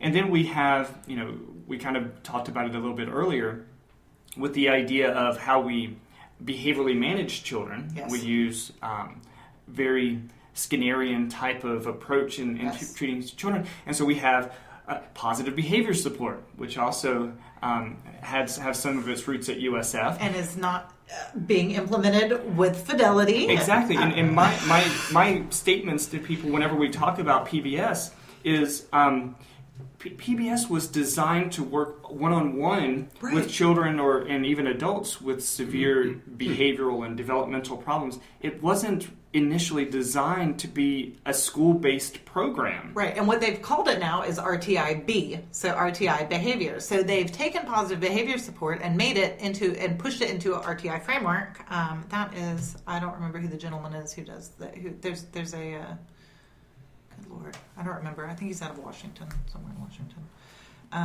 Who does RTI-B? Oh, okay. The RTI for behavior, and but there's the same problems. And then there's the fact that you bring this in, but you don't give teachers proper training in Right. how to implement it, or you don't give time. A big component of positive behavior support, as it's written, is that you teach social skills. And there used to be wonderful social skills materials. There was Project Achieve came through in the 90s. It's fantastic. I've used Stop and Think, and with such success, because you direct teach those skills. And now what's being said is, okay, well, we'll buy you the book. And you can keep it in your pod, and you can share it among 4 teachers. But those are the schools that are actually trying. Right. There's no training in how to actually teach the social skills lessons and how to, and what to do for practice. There's no money for materials in teaching social skills, which I would argue are, if I had a child and coming out of high school and entering the workforce, I would care a lot more that they could work collaboratively and have those social skills that enable them to get along with difficult people or to meet challenging situations with a degree of, what's the word I'm looking for? It's Bandura's word. And it's, you know what I'm talking about. Yeah. Where you can actually meet challenges and you feel confident in your ability to meet those challenges, and you know that there's a way to work through problems. I would much rather, I believe my child would be a lot more successful if they could do that than if she is argumentative and only cares about competing with others. And, we have this great emphasis on competition. But she can do real well on a standardized test because, that's what her paycheck's going to be based on. No, it's not. Right. We've completely divorced this idea that you have to be socially competent. Right. And we've stopped teaching that. We expect kids to just pick it up when we're taking away all of their opportunities to interact with others as children and learn how to do that. That's what worries me about all this, because all the studies that have been done with Head Start, all those programs, what they provided was not intellectual stimulation. That wasn't the important component. No. It was character education. Yes. And that's what Paul Tuff's book, How Children Succeed. We used to have keys to character. And we don't, right. all of that has that's gone what away. Was stressed. Right. Yeah, and all we're looking at is reading and math, but is that, and there does need to be an emphasis on academics, right.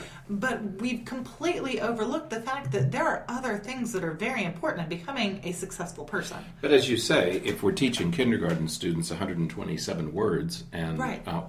And writing a paragraph, but not how to share their crayons. That's right. There's no time to teach those other things. In fact, you're burning all the time teaching inappropriate academic skills. Right, and then we wonder why there are more children who have behavior problems. Right. And I think that's a big piece of why I was so upset and why I wrote that into the resignation letter is we're asking kids to do things that are completely inappropriate, right. And then we're blaming them for not being able to do them and getting frustrated. Right. Well, if you asked me every day to do something that was too hard for me, you're not, if you look at it as a ladder, we're not asking them to get to the next rung. We're asking them to jump 6 rungs, and then we're saying, I can't believe you can't do that. Right.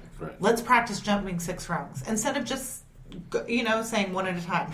Right. And as adults, we wouldn't be able to do that. We would get frustrated.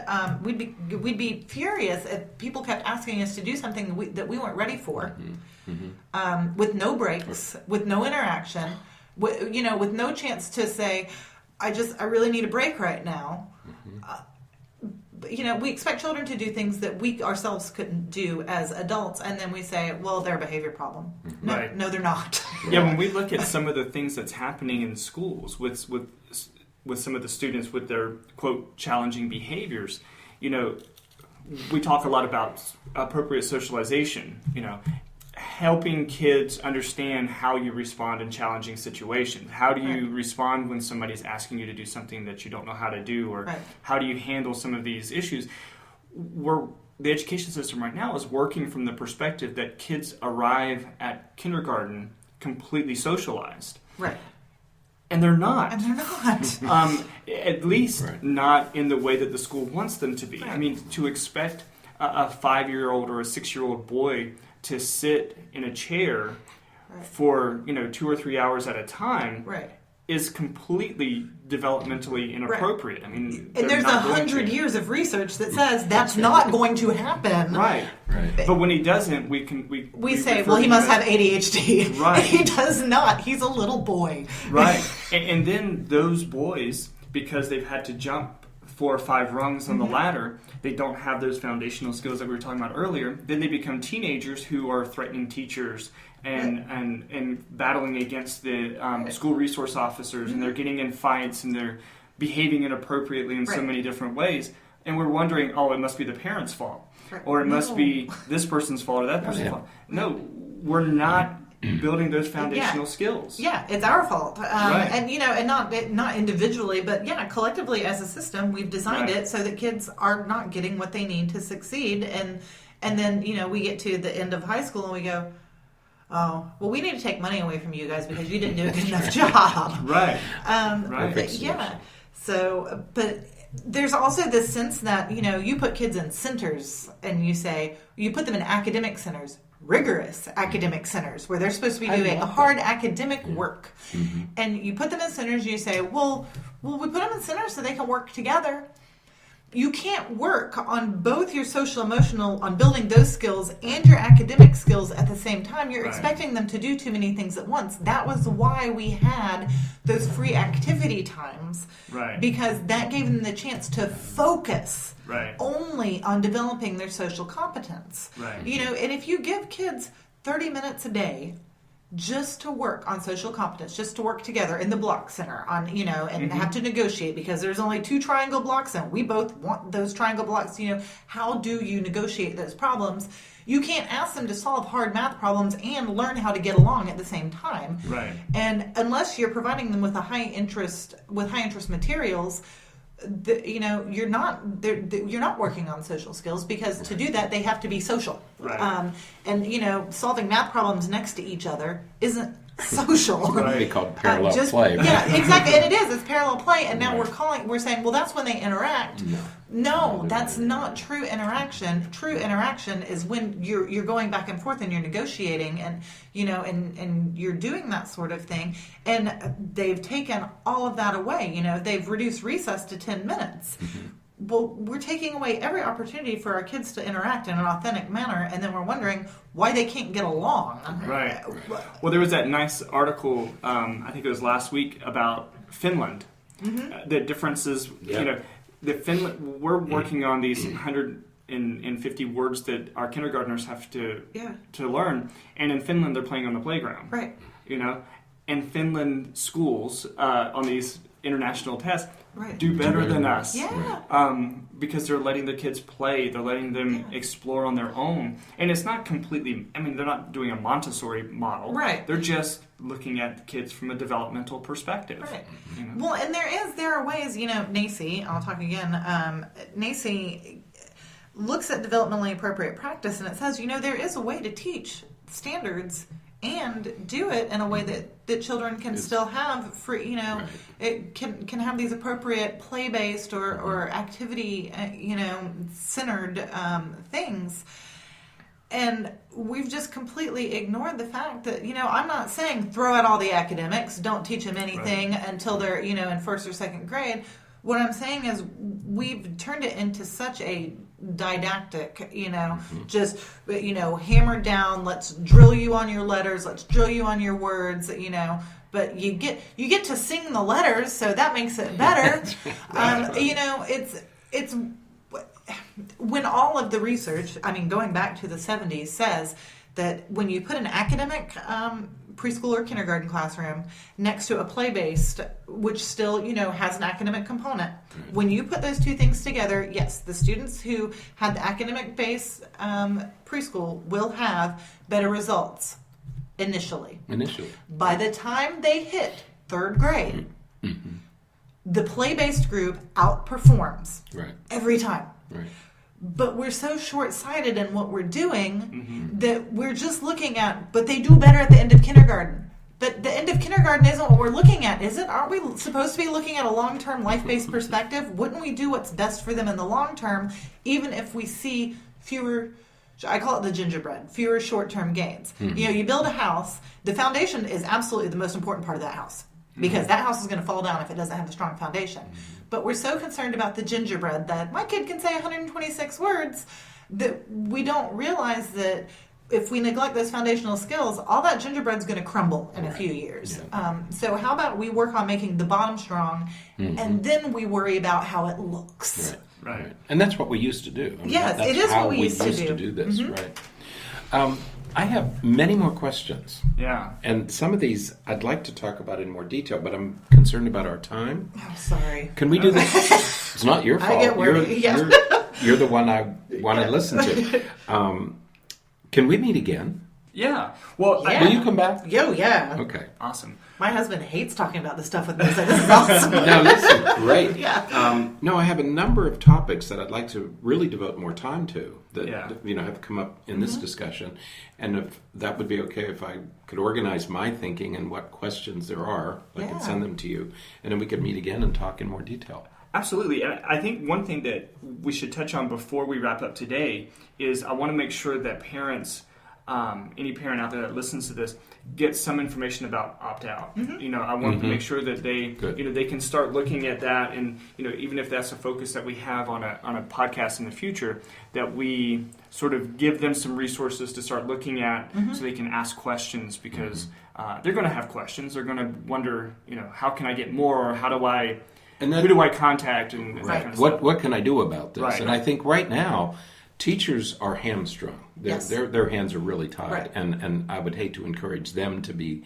disobedient. Right. But parents can be. Parents and they don't even have a contract right now, so the teachers don't have a signed contract right now. So so they really are hamstrung. And they really can't do it. But parents can, and I hope that parents feel free to write in, call us, or get in touch with us about how to get involved in the opt-out movement, right? Because I think that's going to be that's the immediate solution. To this problem. And I can plug. I run the Opt-Out Polk Facebook page, so if you search that, I'll let you in. It's called and Opt-Out Polk, yes, and it's part of a wider effort, which is called the Opt-Out Florida Network, which is part of a wider effort called United Opt-Out. Well, I should be part of it since I'm opting out. You should. I don't you should definitely be part alone. of it. Yeah, there's an opt-out guide on there that discusses what happens in each of the grade levels and how to do it. It includes information on how to opt out of the computer-based testing, but it's also sort of a community for that parents have been coming together and sharing. Media pieces that they found, research that they found, and just talking about their experiences and saying, my kid's going through this, how about yours? So it's really providing a community for those parents who are frustrated, and I like it being that. So it's not only for parents who are going to opt out, it's a place for you to come and talk about what you're frustrated with. And I want to support that too. Yes. Not only be a part of it, but to support it and to serve as a resource if I can. Well, and I guess the other big thing that I would encourage people to do is to join the Network for Public Education. Diane Ravitch is the moving force behind it. She's an educational historian. She's my hero. She is my hero also. Oh my God. She has been standing Let's have up. her come in and the three of us can right? interview her. That would be amazing. Diane Ravitch is she's behind the Network for Public Education, and they have a mailing list or they will send you emails when there's an action needed. So recently, the presidential debates are up, and neither the Republicans nor the Democrats talked about education. Not at all. So she has a push. The next debate coming up is the Democratic debate. So she said, Rachel Maddow is going to be the moderator. Right. So she created an action item that encouraged you to email your questions about education, and they had 8 that were pre-written, or you could write your own. But here's how you advocate to get those questions asked in the debate, and I'm sure that they will do it again. I think the next Republican debate is in February. So because there's that whole they can't do it on, what was it, NBC anymore? That's CNN. Right. I don't know. Oh no, it's NBC. It was CNBC. Yeah, CNBC. CNBC. Yeah, so they're not going to use CNBC. So I don't know how the Republican debate is going to be held. They have to teach their moderators how to act at these debates. Well, that's right. I mean, Megyn Kelly, goodness gracious. That woman she's very smart. She is a very smart woman, but people are just downright rude to the moderators, and I would bet maybe those presidential candidates need to go through some social skills training. They need social skills training. All of them. Stop and think. All of them need to stop and think. Well, I will put links to the Opt Out Polk Facebook page. I'll put that in the show notes, as well as the Opt Out Florida Network. I'll put that on there, and the Network for Public Education. I'll put all those links up on the notes page. And so if they go there, they'll be able to join the group, or they'll request to join the group. And like you said, I'm on that group, and so there's tons of information. There's all kinds of how-to guides, and I really like that so many parents get on there and post things from all over the country. Really, even with the Polk site, there's. I think that one of Diane Ravich's talks was on there. Yeah, we're big on Dr. Peter Gray. He's really advocating for more active learning. And we love him. So it's great. So it's a great resource. So we encourage you to go there. Read as much as you can. There's stuff out every day. I mean, there's multiple links posted every day, so you'll never run out of things to read or watch. And you won't be alone. I mean, I think the important thing now is if you join the opt-out movement, you're part of a very large group. Right, and I think that's a piece of it that hadn't that traditionally hasn't been there, and I think social media helps a lot. Is when you're a parent. You have your own child and you know about their experience, but until you realize that it's part of a greater experience, I feel that it comforts them, but it also is resulting in a lot of anger because this is being done to everyone's children. That's right. And parents are, being made to feel like their child is the problem, and until you can step back and see it from a wider perspective. Then nothing's going to happen. It's divide and conquer. If we're that's what they're doing. Yes, if we're united, and we all stand up and say, no, you can't do this to our children anymore. I think that'll have a much bigger impact than just lone voices in the wilderness. Right. Yeah. There's hundreds of members of the Opt Out Polk already on Facebook, and plenty of resources and support with the Florida Network as well. So there's the more of us that there are talking about these things, the louder our voice can be. So and the more people that we can reach. So definitely check those things out. All right. Yes. Anything else we wanted to talk about today before? There's so many things. We could keep going. We didn't even get through We're all of our educators. You can talk outline. forever. Lots and lots of That's right. topics. So we haven't started our outline yet. That's right. So. We're all over. Sorry, guys. No. This is exactly the way that we were hoping it would go. So, but we appreciate you coming on, and definitely anytime you want to come on, that would be great. I'll probably write you and ask you to come on again. Oh, absolutely. Before you ask us if you can come on. But stay in touch with us. Keep fighting the fight. And, of course, anything that we can do to help out, we're happy to do that. We're going to be recording the podcast on a weekly basis. So anytime you ever want to stop by, you're Give welcome. Us an update. Or if you want to send us a message about something that you'd like for us to address, we're happy to do that. And we'll keep getting the word out. Away at it. All right. Well, I will add you to my automatic podcast downloads. All right. Yeah. You know what? When we were talking about building the podcast, we noticed that there really aren't any podcasts talking about these things. There's lots of education podcasts, but it's all, learning Spanish and learning German and learning this about the computers and that. But there's not many podcasts talking about these kinds of issues. Right, so, taking a kind of meta perspective of what education is looking like. Right. So we're going to try to address particular topics each week, so it'll be great. Well, thank you. Thank you so much. Listeners, thank you for checking us out as well, I guess. I don't know. And we'll talk to you next week. We're looking forward to it. All right, bye-bye.